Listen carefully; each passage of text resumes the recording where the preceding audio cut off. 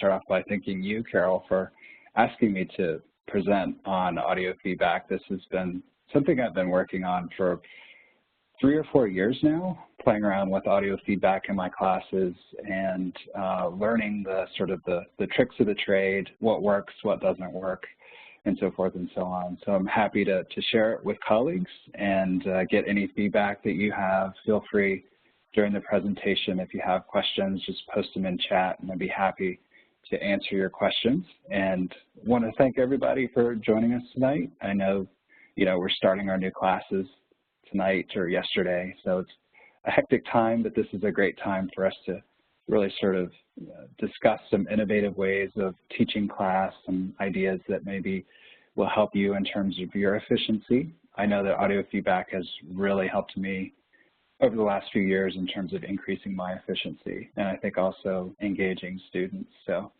I look forward to giving this talk. A brief background before we get started.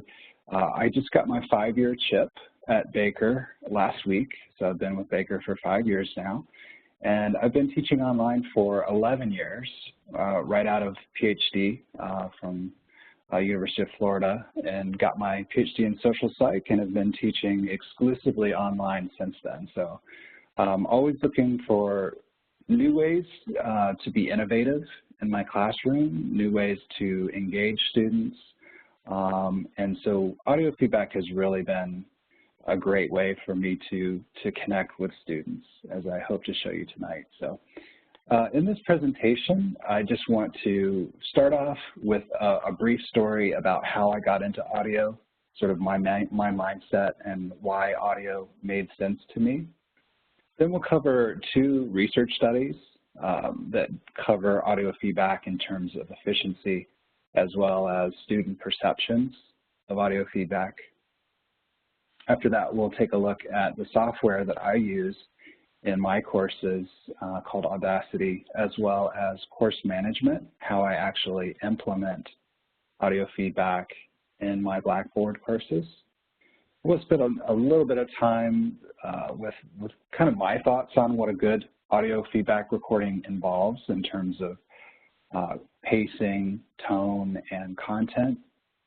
And we'll sort of close with some caveats. I am a big fan of audio feedback, but there are some issues that you want to keep in mind if you're thinking about using it in your classes. And then we'll wrap up with any Q&A that you have. So like I mentioned, I've been sort of I'm pretty much a veteran now of teaching online. I've been doing it for 11 years. And one of the things that I've come to realize with online teaching is no matter how hard you plan, and no matter how hard you work, every once in a while you're going to get slammed with papers, or you're going to get slammed with a really big grading assignment. And I tend to sort of feel like this guy here. You may have seen this frustrated, stressed out employee meme before, but every once in a while you're going to get one of those days where you have just a really huge grading list in Blackboard, and it can be a little bit overwhelming. So I remember real vividly the one day that I actually sort of hit the wall and started to think about audio feedback as a way to help me with my instruction and in how to be efficient. And one of the reasons that I started to think about audio feedback was that indeed, when I started playing around with audio feedback and I took that plunge the very, very first day, I started to notice after about 5 or 6 sessions or recordings of audio that I was actually becoming much more efficient in providing them with detailed feedback. And I wasn't quite sure why, but all I knew was that I was getting through the papers a lot more quickly than I had when it was just text-based. And I'm going to talk to you a little bit about why I think that is. But the first thing I noticed was that I was becoming much more efficient, which is a huge sort of criteria when you have a large grading assignment, when you've got a bunch of papers. I think that day I had 40 papers and they were each about 10 pages in length. So I really needed something to kind of help me get through that. What I also realized was when I started doing the audio feedback, I actually became more engaged and more excited about the feedback that I was giving. it almost felt like I was in the classroom with the student, or let's say during my office hours, and kind of imagining that they were in my office and we were just sitting and discussing their paper. So I actually was really engaged by audio feedback, and you may have heard that everybody's favorite sound is their own voice, and that was something that I thought about, was just like, for whatever reason, maybe it's just me, or maybe it's the way I think or operate, but I just had more fun with the feedback when I was able to articulate it out loud as opposed to typing it. And then the final piece for me about why I went audio was that I actually did start to receive positive feedback from students, unsolicited emails even, where they just out of the blue would email me and thank me for the audio feedback, that they enjoyed it. And I started to see it pop up in the evaluations as well. So those were really the reasons why I started to go towards audio feedback as a way to improve my efficiency.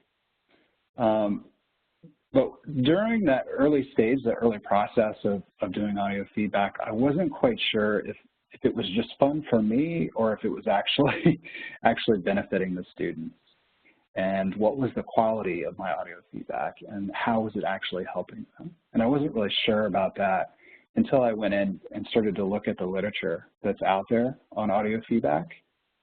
And there's two main themes that I've kind of pulled from the literature on audio feedback.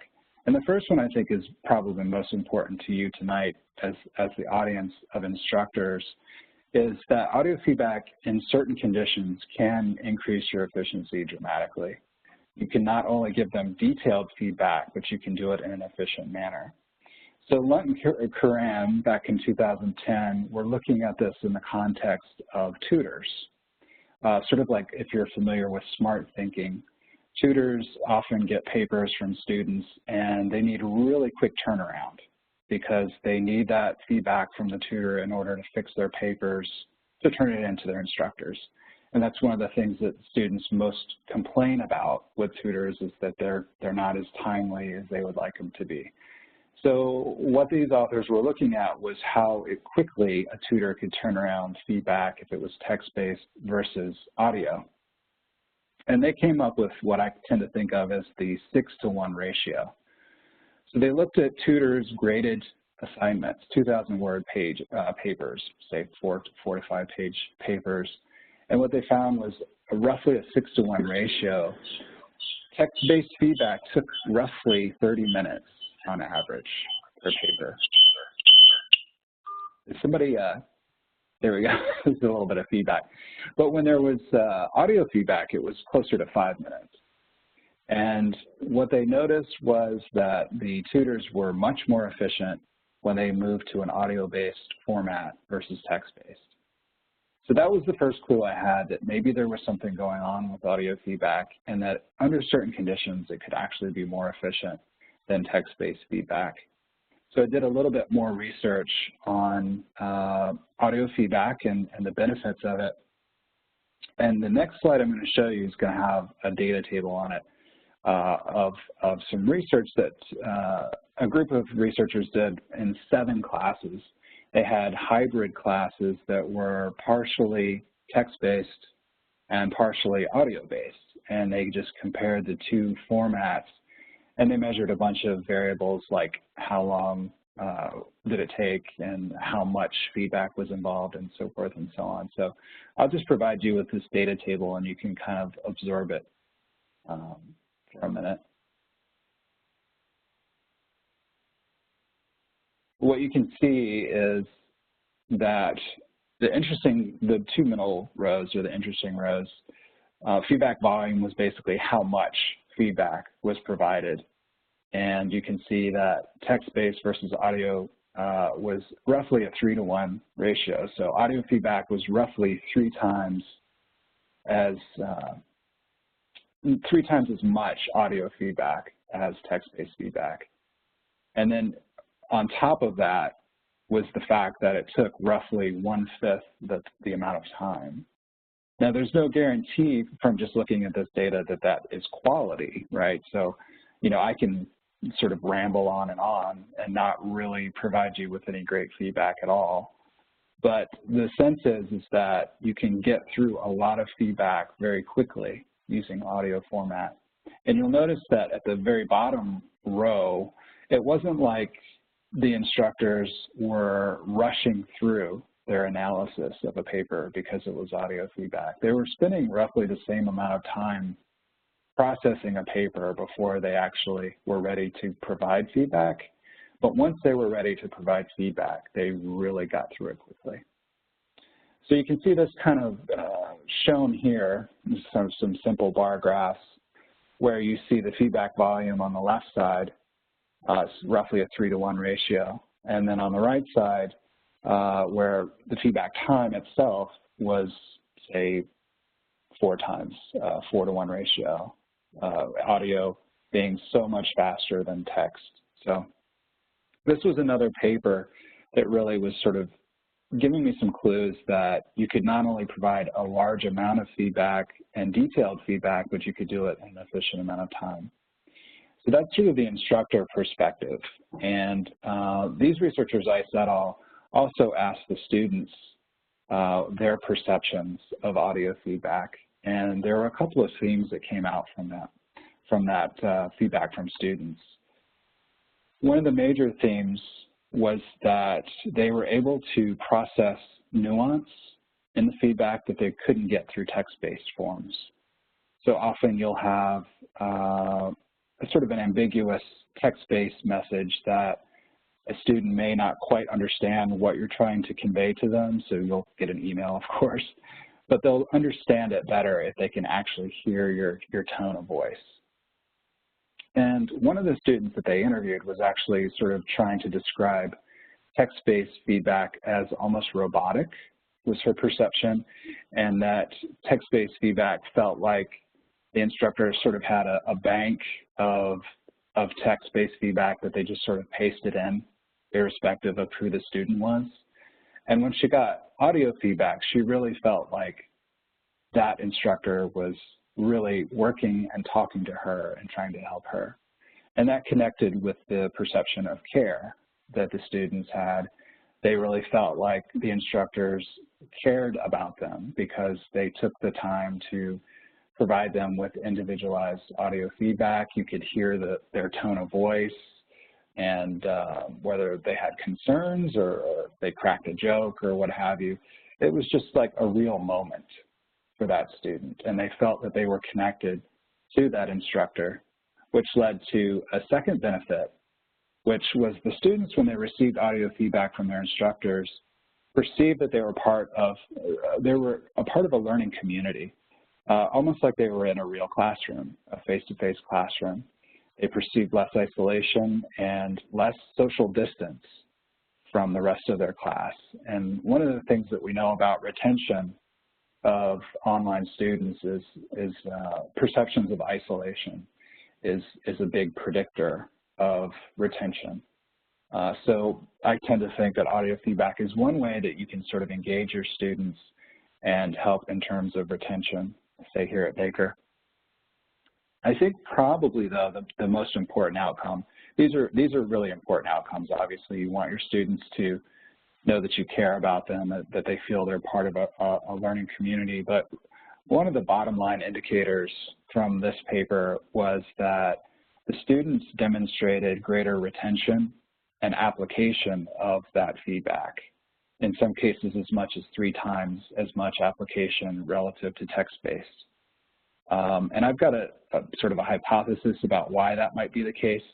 But the idea here is that students, when they receive audio feedback, they tend to, at least from what I was reading in this article, they tend to slow down a bit. They tend to listen carefully to what you say, and they probably don't skim it as much as they do with text-based.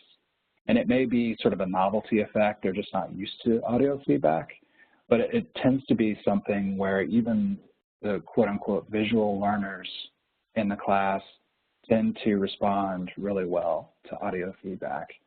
And I've got a testimonial in my own class that's relevant to that in terms of retention and application. And I think what happens with complex assignments, complex papers, particularly if they're papers like I teach in my methods courses that are proposals, and they have to work on them week after week, what happens is that the students, when they get audio feedback from me, they pull up their paper and they have my audio feedback, and they will literally go through their papers and engage in real-time editing. And they will stop and they will pause the feedback, and they'll work on the paper, and then they'll play and they'll work on the paper some more. And it forces them, I think, to really slow down and take that feedback seriously. And what I've noticed in my courses, in my research methods courses on proposals, is that I'm spending a lot less time being redundant in my feedback week after week. Say something like direct quotes. You know, if you tell somebody how to do a direct quote with APA, you may end up having to tell them that over and over and over again in text-based. And I've done it in audio and seen dramatic improvement from one week to the next.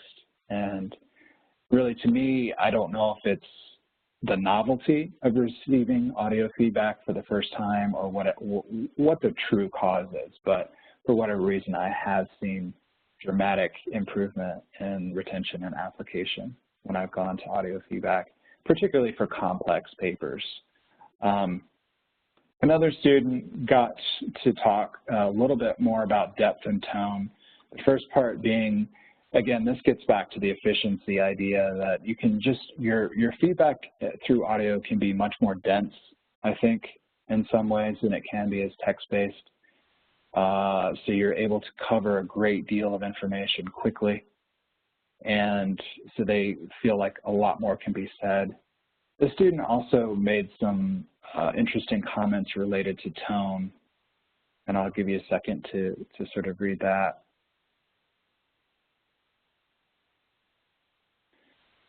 But the idea here is that often our feedback, we think, is perfectly clear when we write it out in text, and it may not be perfectly clear from their perspective. And sometimes just having the nuance of your voice is what they need to decipher what your feedback actually is. So it's really a benefit, I think, of tone in audio feedback as well. And one of the things we know about audio feedback is that students are very good at deciphering your emotional sort of presentation to them. If you're, say, a little bit irritated or if you're excited and happy, they can pick up on that. And so I'm very cognizant of that when I'm providing audio feedback. And I'm also very cognizant of my tone and the tone that I use. And I'll talk a little bit more about that a little bit later in the presentation. So that's really more about the student perception side of things and the benefits that they have. So let me switch gears now that we've talked about the research and really talk to you about how I actually implement audio feedback in my classes, in my Baker Blackboard classes. I use a free software program called Audacity, and that's the URL, the website address for it. It's a free download, and it looks very complicated when you first open it. But I was really intimidated when I first saw this. I was like, oh my gosh, I'm never going to be able to use this. But if you know how to press the record and stop and play buttons, you're good to go. It's a very intuitive program.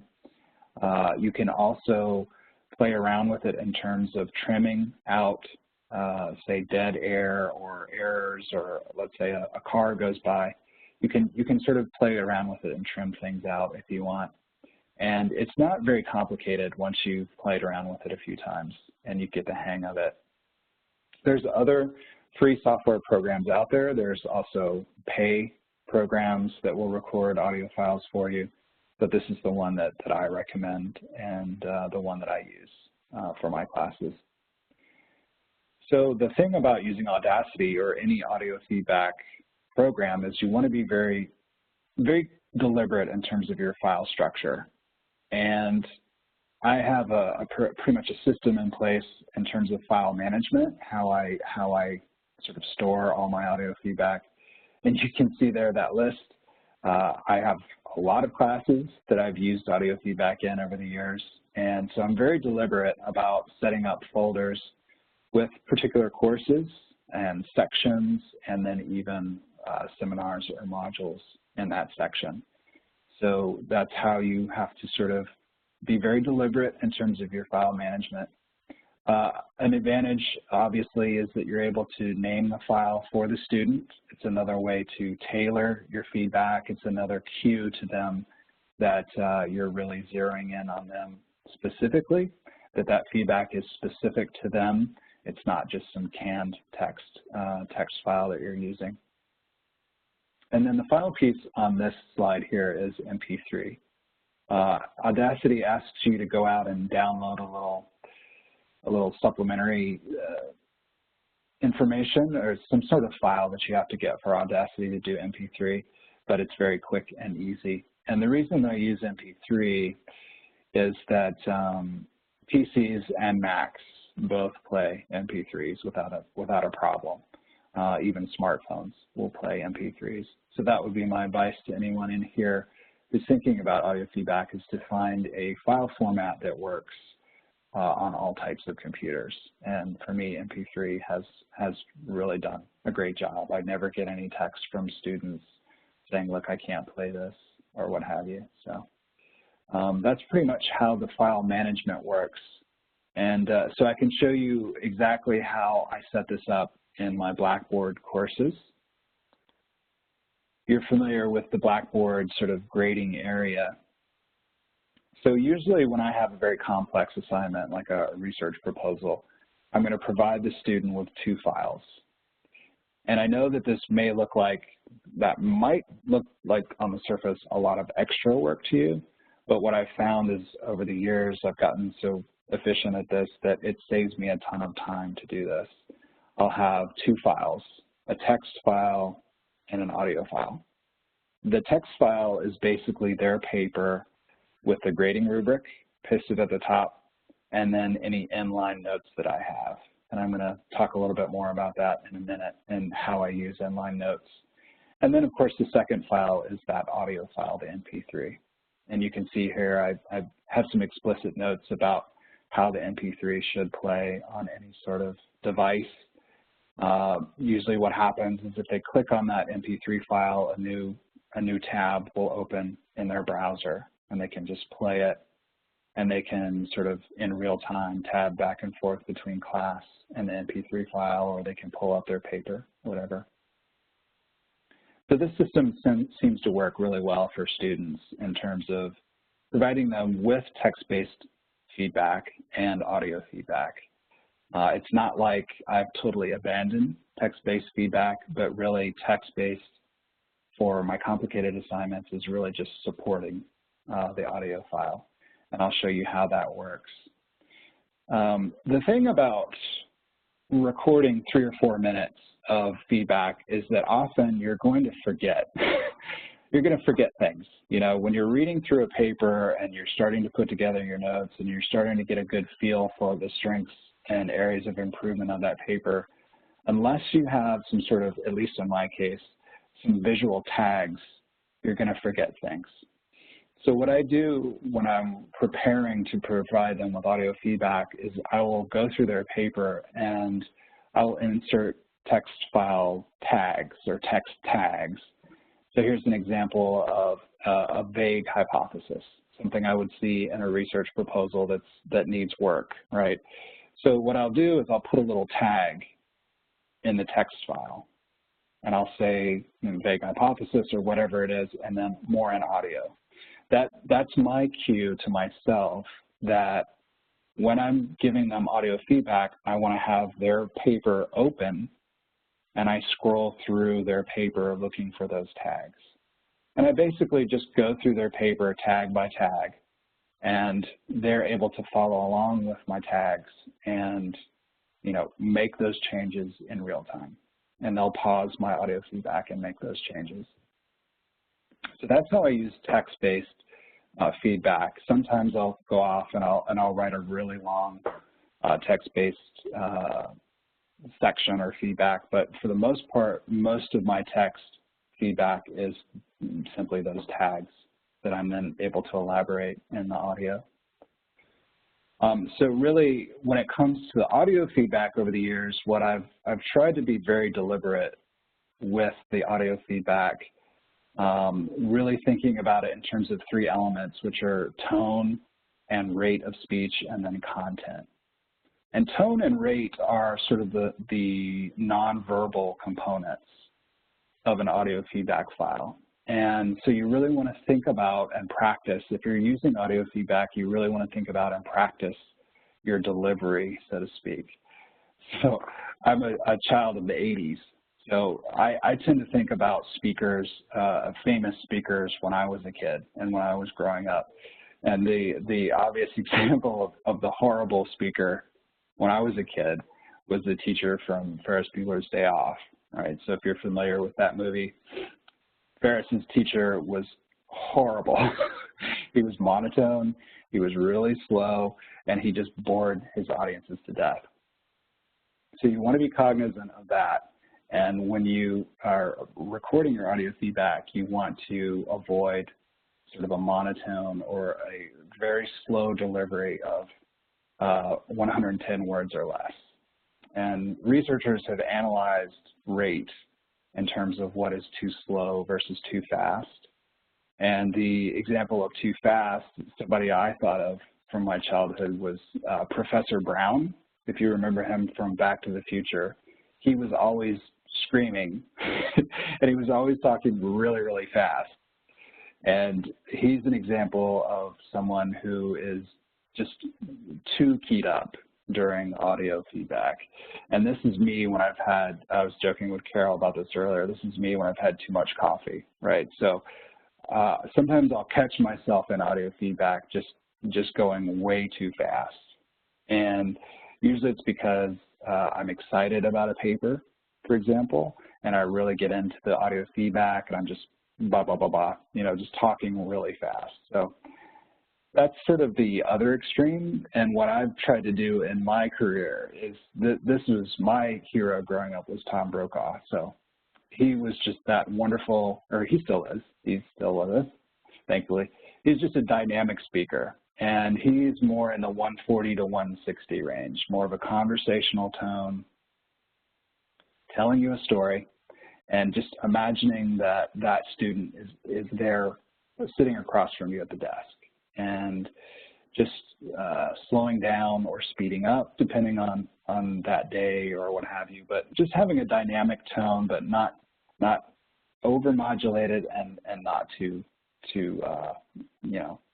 boring either. So it's a real balancing act, I think, in terms of audio feedback, in terms of providing them with detailed feedback and also keeping them engaged.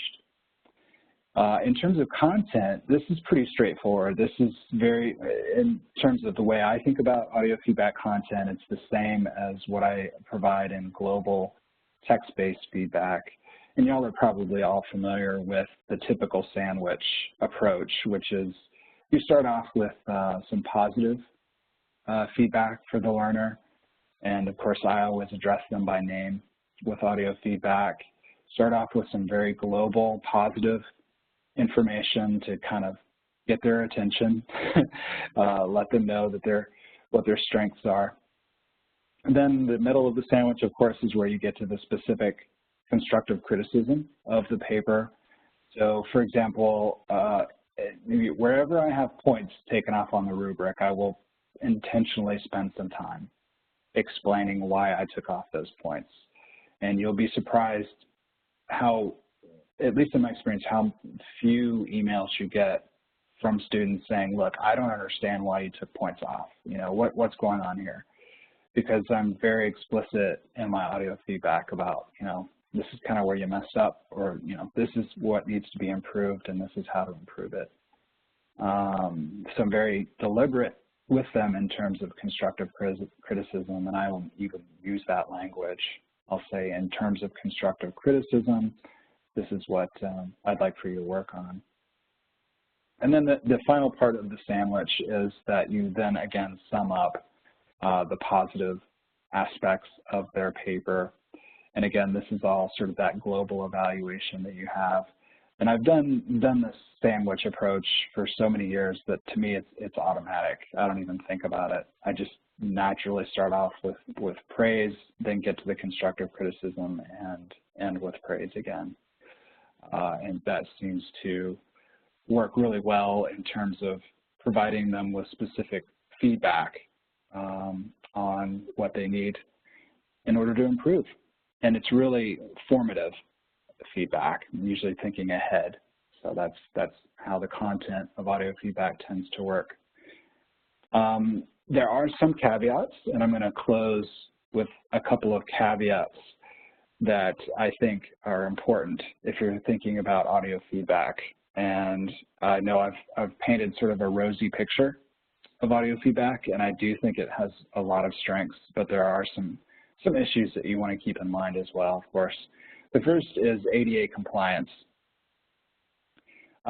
If you have any students, of course, that have a hearing disability, this is going to certainly be an issue for them. And I know that I've probably, it's safe to say I've probably created maybe 1,000 audio files by now, audio feedback files for students. And I've had maybe 5 or 10 students that have requested transcripts. You have to be prepared to do that, and that is just one of the things that comes with audio feedback, is that you need to comply and make sure that all of your students are getting the feedback that they need. So I rarely get any issues from students saying, look, I can't, it won't work, I can't play it, I can't hear it. But every once in a while you'll get a student that will say, look, this audio feedback, it's just not working for me. You know, I need this to be text-based. And if that's the case, then I just happily type them up a transcript. But again, I think in my case, it's been very rare. Another thing to think about is that audio feedback is more work than some text-based work. So depending on the assignment, you're not going to need audio feedback for everything. And I realize that. Where I've found audio feedback very helpful, again, is if it's a complex assignment, a very detailed assignment, there's a lot of moving parts. Let's say it's a final project or a big midterm or something like that. If it's a small assignment, if you know it's a very minor assignment, then audio feedback is probably a waste of time. But if it is a huge assignment, in my case, or in my experience, audio feedback is definitely more efficient. So you just have to figure out which assignments it's appropriate for and which assignments it's not. One of the last things I'll mention is when you're doing audio feedback, it's not like text-based feedback where if somebody knocks on your door, you just get up and answer the door and then come back and go about your business. With audio feedback, you're going to have the phone ring, you're going to have someone knock on your door, things happen with audio feedback. You might be 3 minutes in to a really detailed feedback and something disruptive happens. And you have to decide then if you want to try and power through it and just laugh. I've done that before where I've had something happen and I'll literally just kind of laugh it off in the middle of a recording and then keep going. Or sometimes you'll be a minute or two into the recording and you're just kind of rambling and you're incoherent, you're just not making your points very well, and you just have to say to yourself, all right, I need to stop and start this over because this isn't working. And for me personally, usually that's an indication that I haven't read the paper carefully enough, or I haven't prepared my text tags properly. So it's often a check for me that I'm really engaged with that paper or that assignment, and I know what I'm talking about. So if you ever find yourself kind of rambling or whatever, you can always just say to yourself, look, I need to be honest with myself here. This isn't working, and stop and start over. And there's nothing wrong with that. I've done that many, many times. So the last piece of advice I have about audio feedback is that you just want to have fun with it. Like I said in the very beginning, I was struggling a bit with text-based feedback for huge assignments. It just sometimes felt really dry and boring, to be honest. And I just found that audio feedback was more fun. And I wasn't as stressed out about trying to grade. I felt like I was way more efficient, and I was able to just relax and interject my personality. And a lot of my students have really resonated with that. So I hope that you've got some good nuggets of information here that you'll think about audio feedback. And if you have any questions, please reach out to me and we can talk about it further. Thanks. That's the Happy Halloween slide. I hope everyone has a happy Halloween so we can open it up to questions at this point.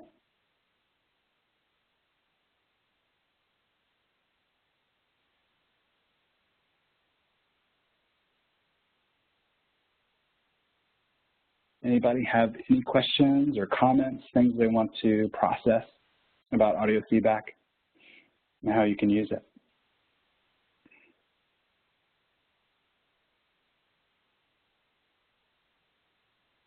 We've got a quiet group tonight, Carol. We do. They were chatty at 12. Maybe that was when they were all caffeinated at 12. Maybe.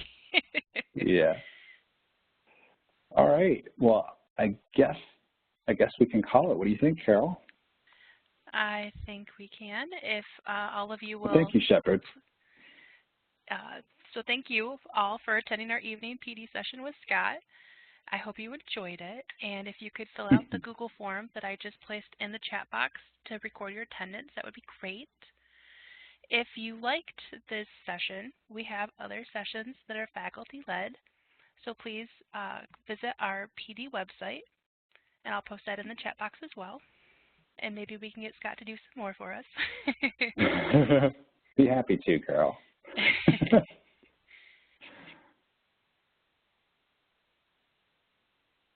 Any questions? I think we're good. Thank you, Scott. That was awesome. Very helpful. Well, I'm glad. Like I said, if anybody has any questions, I think you just have to take the plunge and just try it once. If you don't like it, you don't have to use it. But I tried it a few times, and after 3 or 4, I was like, wow, this is really kind of fun. So I was able to just get the ball rolling and have a good time with audio feedback. So I hope some folks are able to try it and see how it works for them too.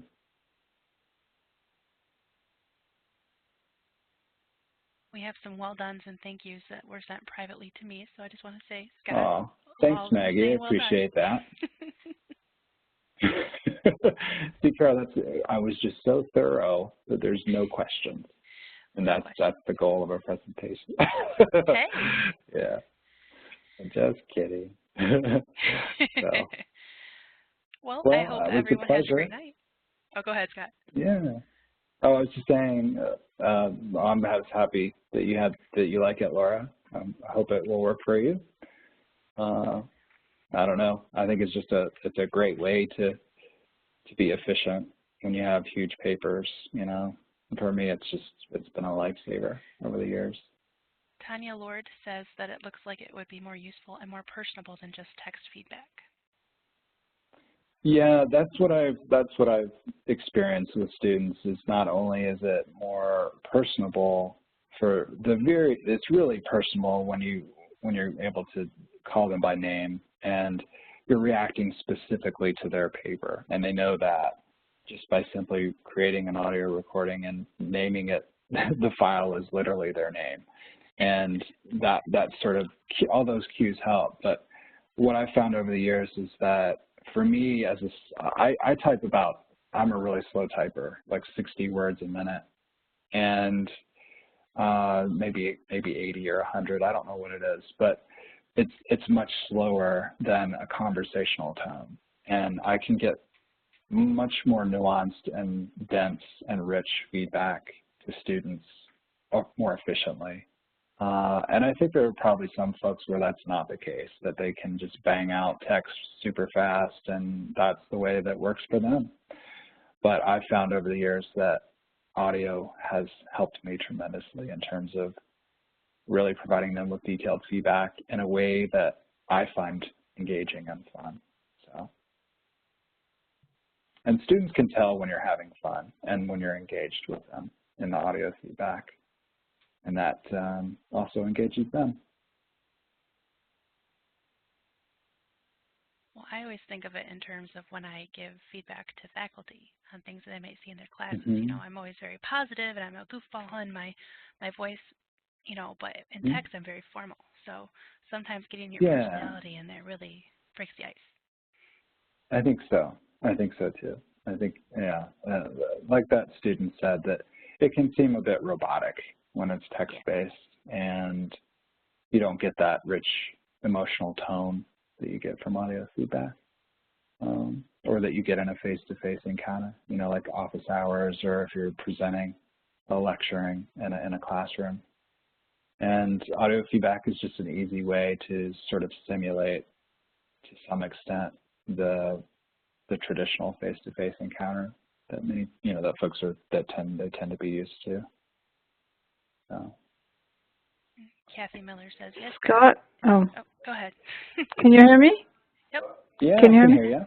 Ah, hi. I'm sorry I came Hi. in late into the talk and I missed the beginning of it. I apologize. I was caught up That's okay. in transit.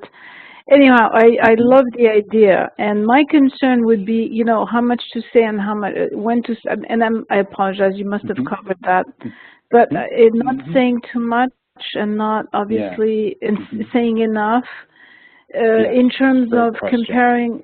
In terms of comparing it with the written feedback, which also can be very detailed, and I always have an issue how much to tell, and is this too much, too heavy?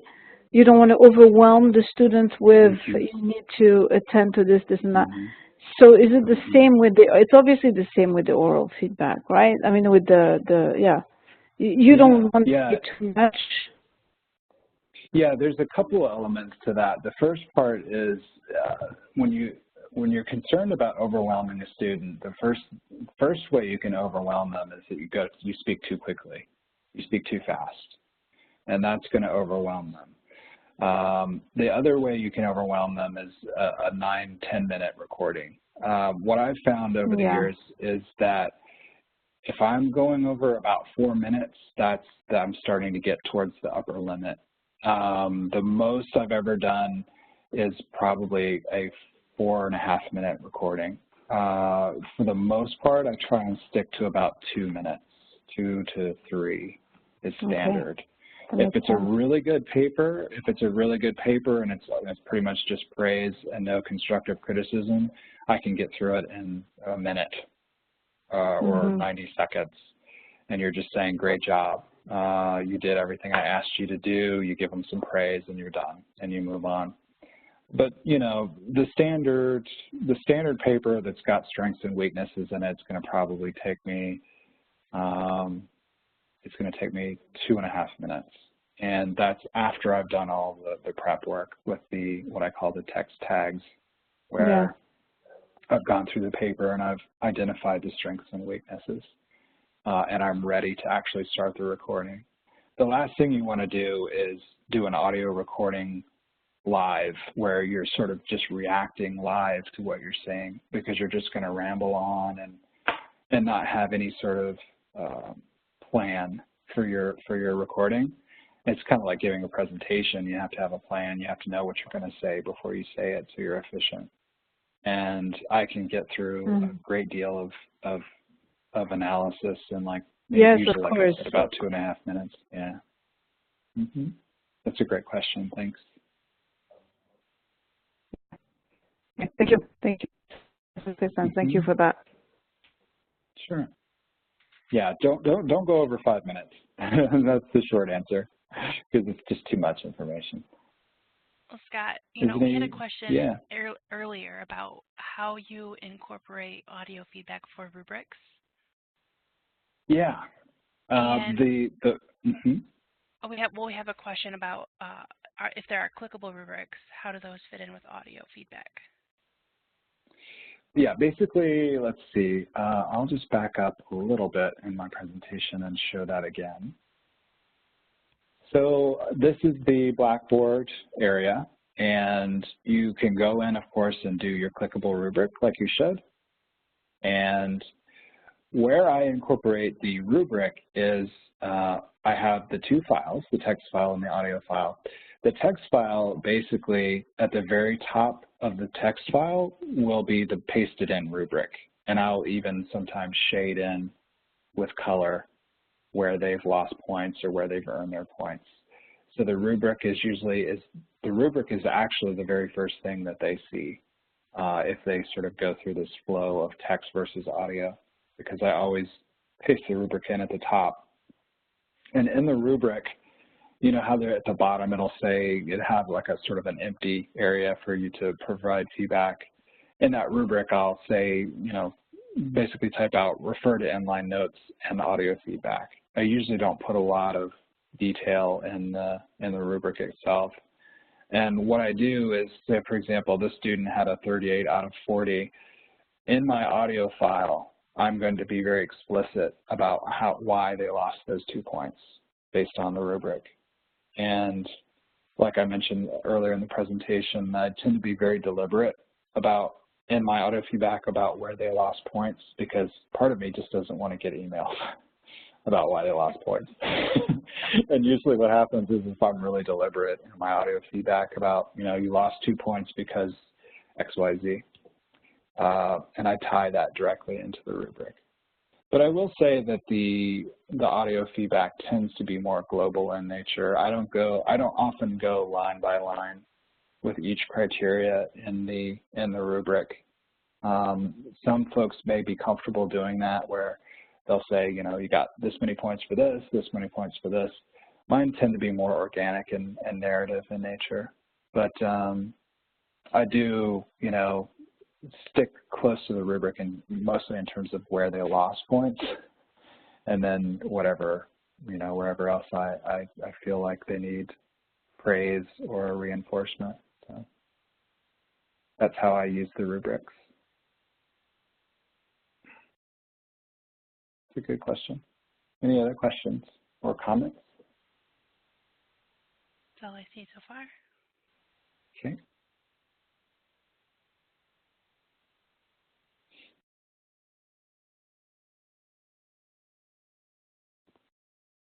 Well, I think we gave them enough time.